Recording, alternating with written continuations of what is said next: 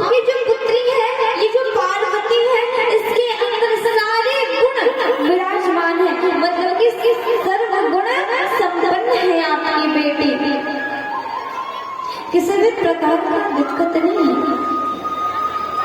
फिर पुनः नारद जी कहते हैं लेकिन एक प्रकार का दिक्कत आ रहा है, इस पार्वती के हस्त की जो रेखा पता चल रहा है, इसमें जो इनका वर होगा, इनका जो दूल्हा होगा, ये वर बौराह होगा। अगुण अमान मात पितुहीना, उदासीन सब संशय छीना। अगुण अमान, इनका जो दूल्हा होगा, इनका जो वर होगा, उनके अंदर एक भी गुण नहीं होंगे, सारे के सारे अवगुण होंगे। अमान यानी उनका कोई भी सम्मान नहीं होगा, एकदम। अच्छा, शंकर भगवान को हल्का सा दूध और उसमें एक लोटा जल मिला करके भी चढ़ा दोगे ना, तो शंकर भगवान प्रसन्न हो जाते हैं। तभी नारद जी कहते हैं कि अमान यानी कोई इनका इज्जत सम्मान नहीं होगा, ये भक्तों के बस थोड़ा सा ध्यान करने से ही भोले बाबा मान जाते हैं। अब आपने देखा होगा विष्णु भगवान को, कृष्ण जी को, राम जी को, जितने भी हमारे देवी देवता हैं, सबको अलग अलग तरीके के पुष्प चढ़ाए जाते हैं, लाल पीला सफेद, है ना, मिठाई, अलग अलग तरीके के पकवान चढ़ाए जाते हैं। लेकिन हमारे शंकर भगवान को क्या चढ़ाते हैं जी? धतूरा, घास जंगल से जो भी हो आप वो चढ़ा दें, फिर भी शंकर भगवान प्रसन्न हो जाते हैं, क्योंकि हमारे नाथ नहीं इतने दयालु हैं। तभी मातु पितु हीना यानी माता पिता नहीं होगा, जो कि जटिल अकाम मन नग्न अमंगल वेश, उनका जो वेश होगा ना, देखने में एकदम से अमंगल, नग्न, यानी कि कमर में बस एक मृग छाल पहन करके रहेंगे और बस एक जनेऊ को धारण किए रहेंगे, बाकी वो वस्त्र धारण नहीं किए रहेंगे। जोगी जटिल यानी जिस प्रकार से जोगी पुरुष होता है उस तरीके से रहेंगे, और जटिल यानी कि जटा जूट के साथ रहेंगे, उन्हीं से आपकी पुत्री का विवाह हो। अब जैसे ही मैया सुनती है, रोने लग जाती है, हाथ जोड़ करके नारद जी से कहती है, हे देव ऋषि नारद, ये आप क्या बता रहे हैं? जिस पुष्प को कल्प वृक्ष में लगना चाहिए, उस पुष्प को आप बबूल के वृक्ष में लगा रहे हैं। इसका कोई उपाय होगा जो हमारी पुत्री, आपने अभी कहा कि हमारी पुत्री सर्वगुण संपन्न है, सारे गुण इसमें हैं, फिर आप इतने सारे अवगुण वाले दूल्हा, इतने अवगुण वाले वर को कैसे बता रहे हमारी पुत्री के लिए? हमारी पुत्री कैसे रह पाएगी? तभी नारद जी कहते हैं, मैया आप चिंता ना करें।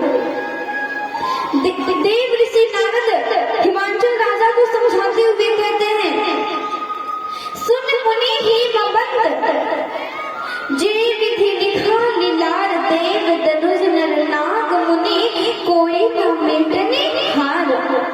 आपकी जो किस्मत में लिखा हुआ है, जो भाग्य में विधाता ने लिख दिया है, उसे कोई भी मिटा नहीं सकता।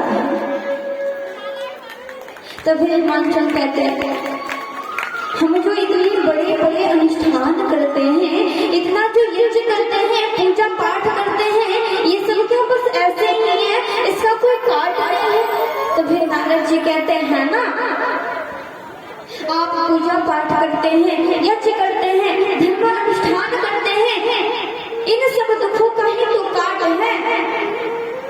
दुख आएंगे जीवन में, लेकिन वो ऊपर से श्री ठाकुर जी, श्री हरि बस आपको रास्ता देंगे, बाकी निवारण आपको स्वयं करना है। जब सच्चे दिल से भगवान की भक्ति करेंगे ना, तो बड़ा से बड़ा दुख एक तिनके के समान लगने लगेगा।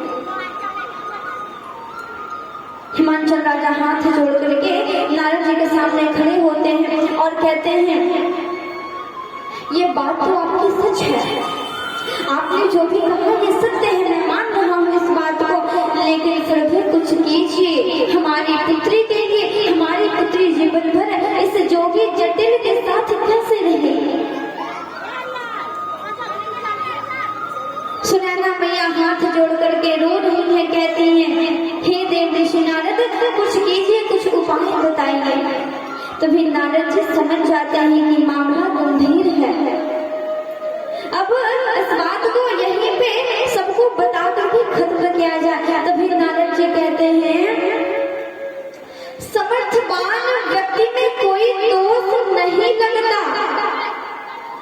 विष्णु भगवान शेष नाग पे बैठे रहते हैं, लेकिन अगर वो सांप मनुष्य को छू ले तो मनुष्य अपवित्र हो जाता है, अशुद्ध हो जाता है, लेकिन विष्णु भगवान को कुछ नहीं होता। क्यों? क्योंकि वो समर्थवान है। अग्नि में कुछ भी प्रवेश कर जाते हैं, कुछ भी चीज को डालो वो नष्ट हो जाती है। क्यों? क्योंकि अग्नि समर्थवान है। गंगा में आप शुद्ध चीज डालो या फिर अशुद्ध, पवित्र या अपवित्र, लेकिन कभी भी गंगा अपवित्र नहीं होती। क्यों? क्योंकि गंगा समर्थवान है। सूर्य की किरण किसी भी मनुष्य के ऊपर पड़ती है पृथ्वी पे, वो अधर्मी हो या फिर पापी हो या फिर धर्म हो, लेकिन सूर्य को कोई डिगा नहीं सकता। क्यों? क्योंकि वो समर्थवान है। इसलिए माते आप चिंता ना करें, आपकी बेटी में भी कोई दोष नहीं लगेगा, आपकी पुत्री में भी किसी भी प्रकार का दोष नहीं लगेगा, क्योंकि शंकर समर्थवान है। विष्णु, अग्नि, गंगा, सूर्य, ये चारों समर्थवान हैं, और ये चारों को जिसने अपने अंदर धारण कर रखा है, समझो वो महासमर्थवान है। फिर सोचने वाली बात नहीं है। इसलिए बिना सोचे ही आप पार्वती का हाथ शंकर के हाथ में दे दीजिए। और नारद जी मैया सुनैना और हिमांचल राजा को आशीर्वाद देते हैं। उसी समय मैया